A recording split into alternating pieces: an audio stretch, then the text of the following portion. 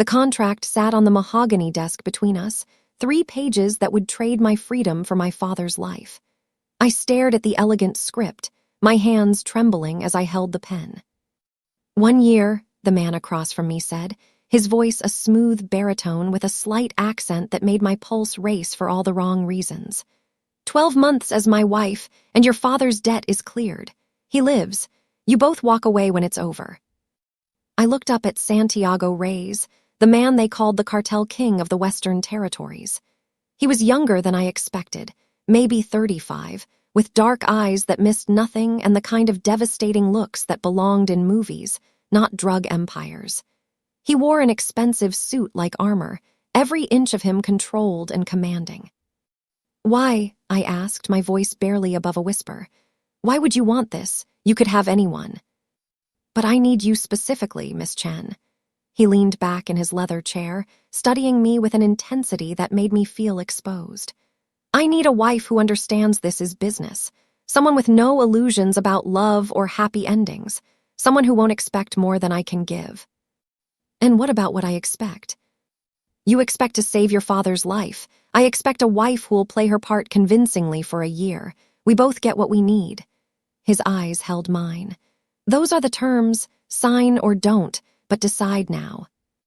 My father was dying in a hospital 3 miles away, machines keeping him alive after the accident that everyone knew wasn't an accident at all.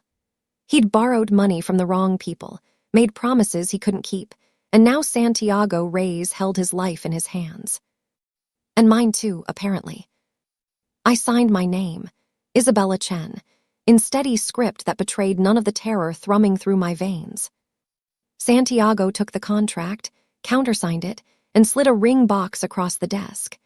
Inside was a diamond so large it looked almost obscene.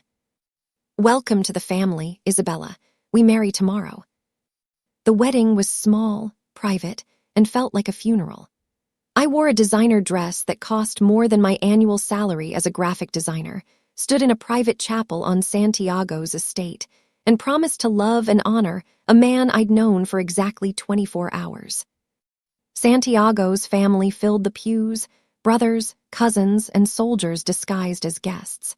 My father watched from a wheelchair, alive because I was doing this, looking at me with guilt and gratitude that made my chest ache. When Santiago lifted my veil and kissed me, it was brief and impersonal. A business transaction sealed with a press of lips that somehow still managed to send heat through my entire body. You did well, he murmured against my ear as we turned to face his family. Keep doing well, and this year will pass quickly. The reception was elaborate, a show of wealth and power that made it clear Santiago Reyes could have anything he wanted, including, apparently, a temporary wife. I met his brothers that night. Mateo, the youngest at 28, looked at me with open curiosity. Diego, the middle brother and Santiago's right hand, assessed me like a threat. And their mother, Valentina Reyes, studied me with dark eyes that saw too much. So you're the girl my son bought, she said in Spanish, not bothering to hide her disdain. I prefer to think of it as a business arrangement, I replied in the same language, surprising her. My mother had been from Mexico City before she died when I was 12. I'd kept the language alive in her memory. Valentina's eyebrows rose slightly. You speak Spanish. My mother insisted. And does my son know this? He didn't ask. Something that might have been respect flickered across her face. Interesting. You have secrets already, and you've been married for 3 hours. Everyone has secrets, Senora Reyes, even your son. Especially my son, she leaned closer. Be careful, Isabella. Santiago may have married you for business, but this life has a way of making everything personal, and personal in our world means dangerous. She walked away, leaving me with a warning I didn't fully understand yet. That night, Santiago showed me to a bedroom in his mansion, a sprawling estate that felt more like a fortress than a home. This is your room, he said, opening the door to reveal a space larger than my entire apartment. Mine is down the hall. We'll maintain appearances in public, but in private, we don't need to pretend. So this really is just business. Did you think otherwise? He loosened his tie, and I tried not to notice how the gesture made him look less like a cartel king and more like just a man. A very attractive man. I don't do romance, Isabella. I do strategy, power, and survival. This marriage gives me legitimacy in certain circles, helps with some business dealings. In 1 year, we divorce quietly, you get your freedom, and your father's debt is permanently erased. And what if I want out sooner? His expression hardened. Then your father's debt comes due immediately, and trust me, you don't want to see how that debt gets collected. He left me alone in my gilded cage, and I sat on the edge of the enormous bed, wondering what I'd gotten myself into. The first month was an education in Santiago's world. I learned that his business dealings were a careful balance of legal and illegal enterprises, legitimate import-export companies that generated millions, underground operations that generated even more. He ran his empire like a CEO, with spreadsheets and strategic planning and a ruthlessness that showed why he'd earned his title. I also learned that being his wife meant being a target. The first attempt came 3 weeks into our marriage. I was shopping in the city, trying to maintain some normalcy with the 2 bodyguards Santiago insisted follow me everywhere, when someone opened fire on our car. I'd never been shot at before. The sound of bullets hitting bulletproof glass was something between a crack and a thud, terrifying and surreal. My bodyguards, Marco and Louis, moved with practiced efficiency, returning fire while accelerating away from the ambush. When we got back to the estate, Santiago was waiting. His face was a mask of cold fury as he looked me over, checking for injuries with hands that were surprisingly gentle. "Are you hurt?" "No, terrified, but not hurt." I was shaking so hard my teeth chattered. "Who was that?" "The Orozco family. They've been trying to move into my territory for months." His jaw clenched. "Using you to get to me was predictable. I should have anticipated it." "You mean this will happen again?" "Not if I make an example of them first." He pulled out his phone, began issuing orders in rapid Spanish. Then he looked at me, really looked at me, and something shifted in his expression. "You need to learn to protect yourself. Starting tomorrow, you train with my security team." "I'm a graphic designer, not a soldier." "You're my wife.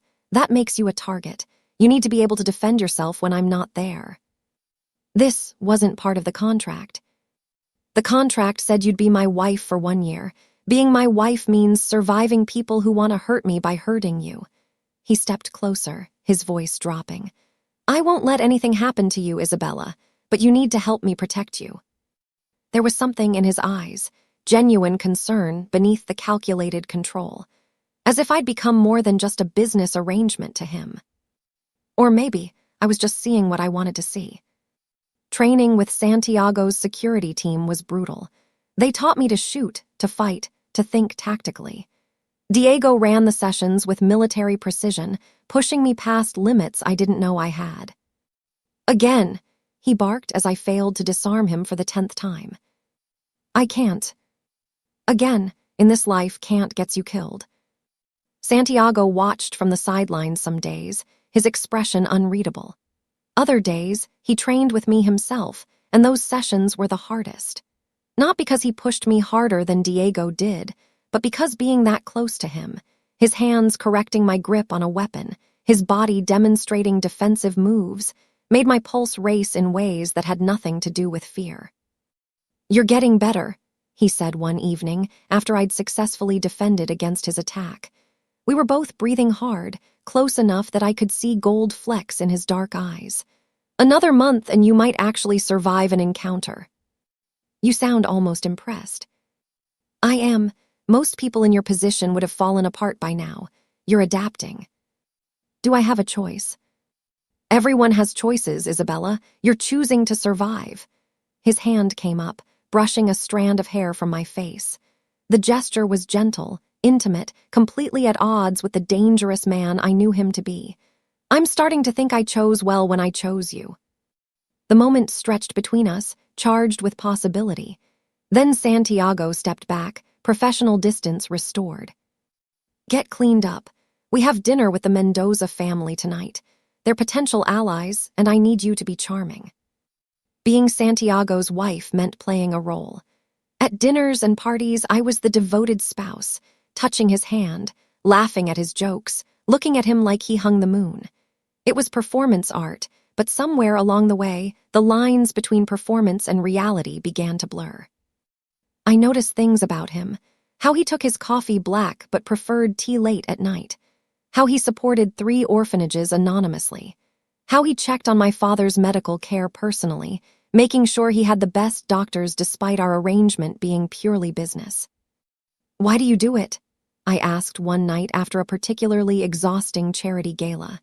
We were in his car, heading home, and I'd had just enough champagne to be brave. "The orphanages, the medical clinics, the scholarships. Why does a cartel king care about those things?" Santiago was quiet for a long moment. "Because I remember what it's like to have nothing. My father was killed when I was 12. My mother raised 3 boys alone, working 3 jobs, barely keeping us fed. I built this empire from nothing, Isabella. I've done terrible things to protect my family and hold my power, but I also remember what it's like to be powerless. If I can help others who are in that position, why wouldn't I?" It was the most he'd ever shared about himself, and it humanized him in a way that was dangerous to my carefully maintained emotional distance. "You're not what I expected," I admitted. "Neither are you." He looked at me in the dim light of the car. "I expected you to hate me, to count down the days until you could leave. Instead, you're learning to shoot, charming my business associates, and actually seeming to care about this life. Maybe I'm just a good actress. Maybe. Or maybe you're starting to realize that things aren't as simple as you thought they were." He was right. Nothing about this situation was simple. Least of all my feelings for the man I'd married to save my father's life. The turning point came 4 months into our marriage. Santiago had been away on business for 3 days, and I'd surprised myself by missing him. Missing his dry humor at breakfast, his presence in the house, the way he looked at me sometimes like he was trying to figure out a puzzle he couldn't quite solve. He came back late, moving quietly through the house. I heard him pass my door and without thinking, opened it. "You're back." He turned, still wearing his suit, looking tired in a way I'd never seen before. "I didn't mean to wake you." "You didn't, I couldn't sleep." I stepped into the hallway. "Is everything okay?" "It's handled," but his jaw was tight and there was blood on his knuckles. "You're hurt." "It's not my blood." Somehow that was worse. I took his hand, led him into my room, made him sit while I got the first aid kit from my bathroom. He watched silently as I cleaned the blood away, checking for cuts. "This is not part of your job description," he said quietly. "Maybe I'm doing it anyway." "Why?" I looked up at him, this dangerous, complicated man who'd become so much more than a business arrangement. "Because somewhere along the way I started caring. About you, about this." I gestured vaguely between us. "I know it's stupid. I know this ends in 8 months and we go our separate ways, but I can't help it." Santiago's hand came up, cupping my face with a gentleness that made my breath catch. "Isabella, don't tell me this is still just business. Don't tell me you feel nothing when we're together. I see how you look at me when you think I'm not watching. I feel the tension between us. If I'm wrong, tell me now, and I'll go back to pretending none of this is real." "You're not wrong." His thumb brushed across my cheek. "I've been trying to maintain distance to keep this professional, because getting personally involved in my world is dangerous, because caring about someone makes you vulnerable, because I promised you this was temporary and I always keep my promises. And if I don't want it to be temporary?" The words hung between us, heavy with implication. Santiago leaned forward, his forehead touching mine. "Then we're both in trouble, because I stopped seeing you as a business arrangement months ago, and I have no idea how to protect you from what that means." When he kissed me, it wasn't like the brief press of lips at our wedding. This was real, deep, desperate. This was months of tension and denied feelings finally released. His hands tangled in my hair, my fingers gripped his shoulders, and the world narrowed to just this moment, just us. We fell into my bed together, and Santiago made love to me like I was precious, breakable, essential. Like I was his wife in truth, not just on paper. And for the first time since I'd signed that contract, I let myself believe that maybe this could be real. Afterward, lying in his arms as dawn light crept through the windows, Santiago spoke quietly into my hair. "This changes things. I know. My enemies will see you as my weakness now. The attacks will escalate. I'm not afraid." "You should be. I am." He pulled me closer. "I'm terrified of what loving you means, Isabella. Everyone I've ever loved has been used against me. My father was killed because of his associations. My first serious girlfriend was kidnapped and nearly killed as leverage. I've kept people at arm's length for years because caring is a liability in this life. But you care about your brothers, your mother, your family. And I've spent years building defenses around them, building power so extensive that no one dares touch them." His hand traced patterns on my shoulder. "But you, I didn't plan for you, didn't build defenses strong enough, and now you're the biggest vulnerability I have. So what do? We adapt, we make you untouchable." He shifted to look at me, his expression fierce. "But Isabella, you need to understand what that means. No more pretending this is temporary. If we do this, really do this, you're in this life for real. The danger, the complexity, all of it. There's no going back." I thought about my old life, my quiet apartment, my freelance design work, my simple existence. Then I thought about these 4 months. The fear, yes, but also the intensity. Learning to be strong, finding purpose. And Santiago, complicated, dangerous, surprisingly gentle Santiago. "I don't want to go back," I said. "I want to stay with you for real. Even knowing what it costs. Especially knowing what it costs." He kissed me again, sealing a new kind of promise. The next 6 months were the most intense of my life.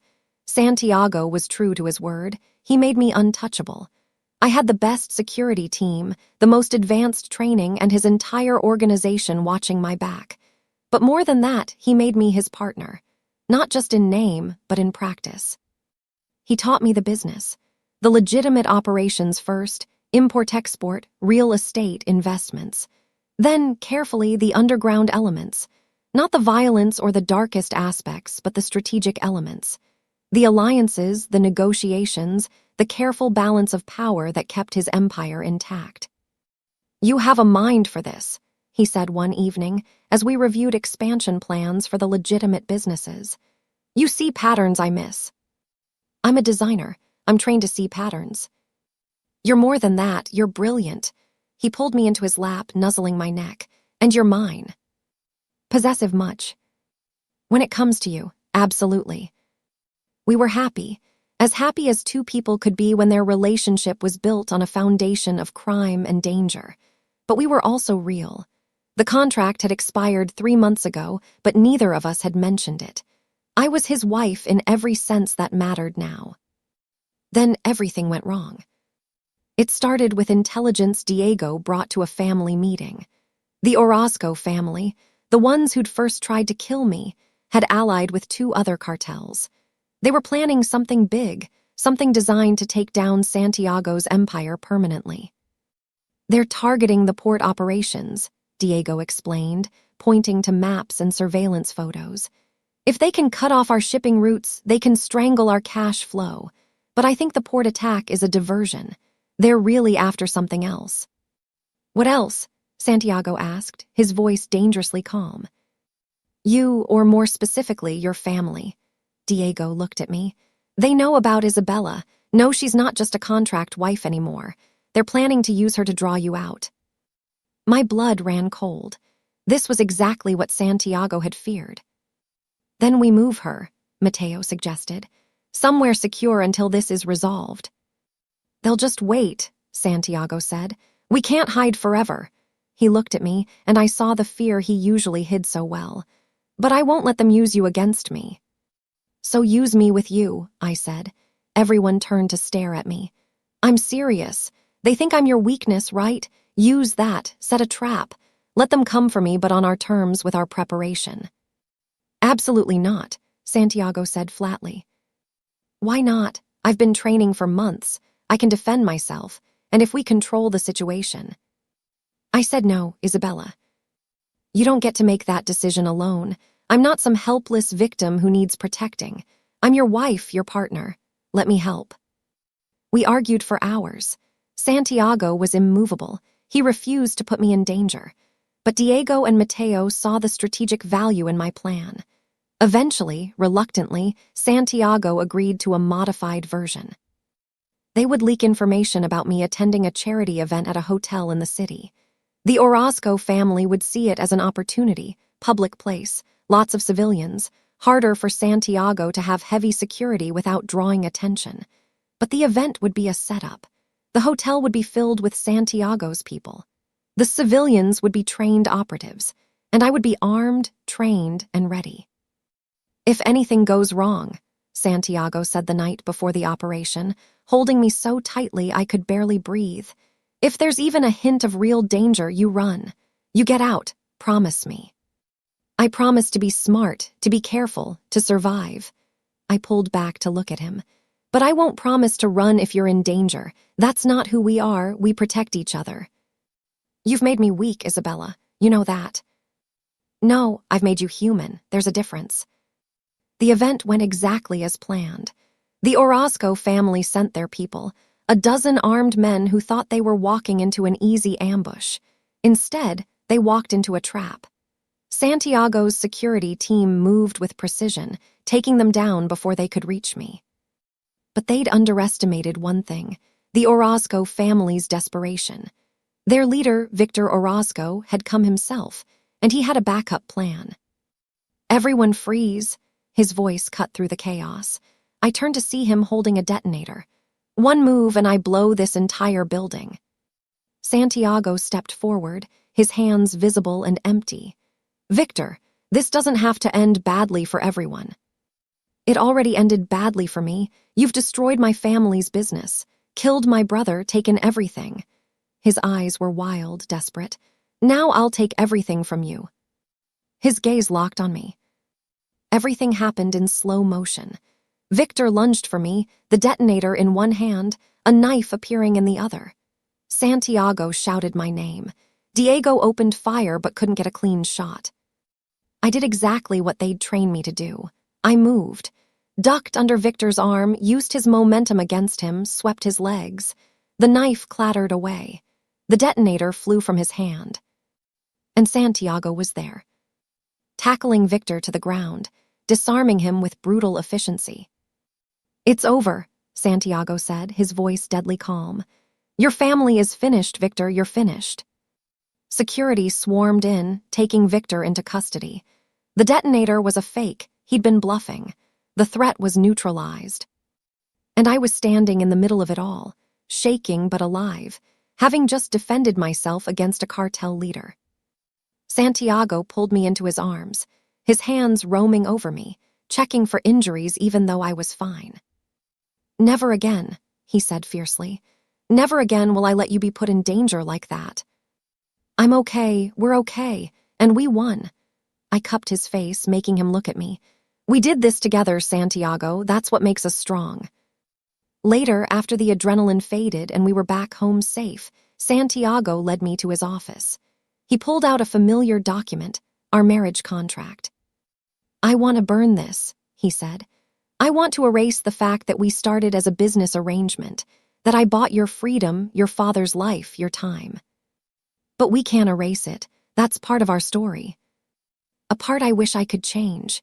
He pulled me close. "You're not my contract wife anymore, Isabella. You haven't been for months. You're my partner, my equal, the woman I love more than I thought possible. So I'm asking you now, without contracts or debts or obligations, will you stay married to me? Will you build this empire with me? Will you be mine truly forever?" I took the contract from his hands and walked to the fireplace, tossed it into the flames and watched it burn.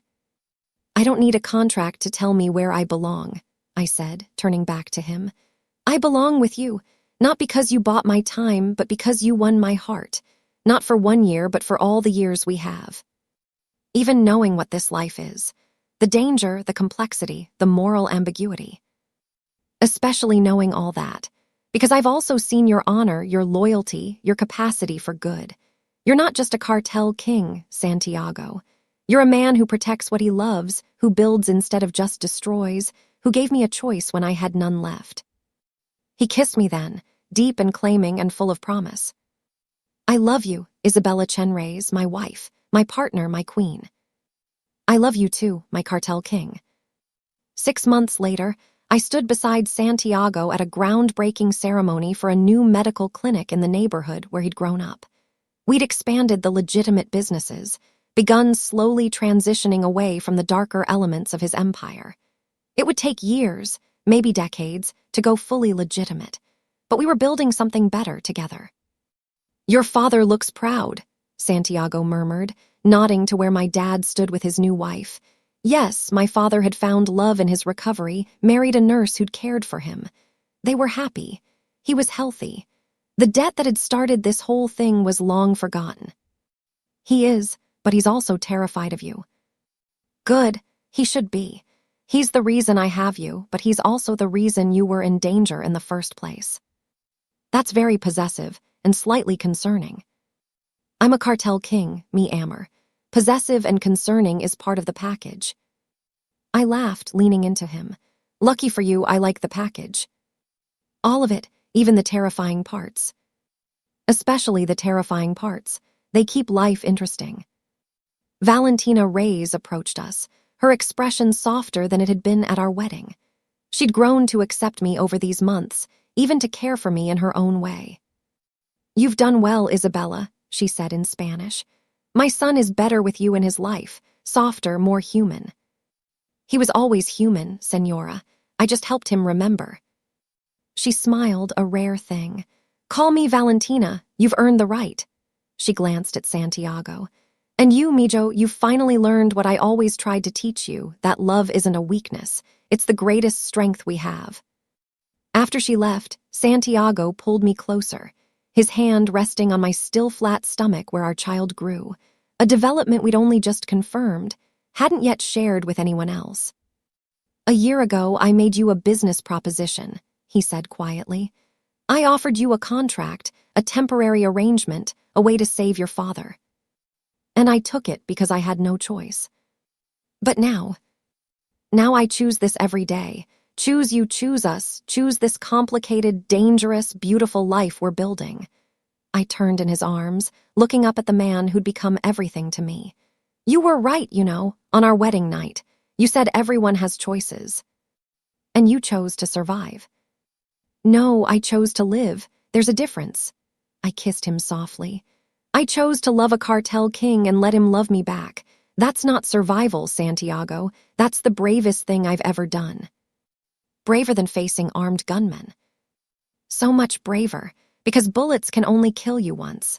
Love can destroy you or save you, and you never know which until you're already in too deep. And are you too deep? Hopelessly, irretrievably, completely. I smiled. Married to the Cartel King was supposed to be my sentence. Instead, it became my salvation. Santiago kissed me there in the sunlight, in front of his family and mine, in front of the community we were trying to help. And I knew that whatever challenges came, and there would be many, we'd face them together.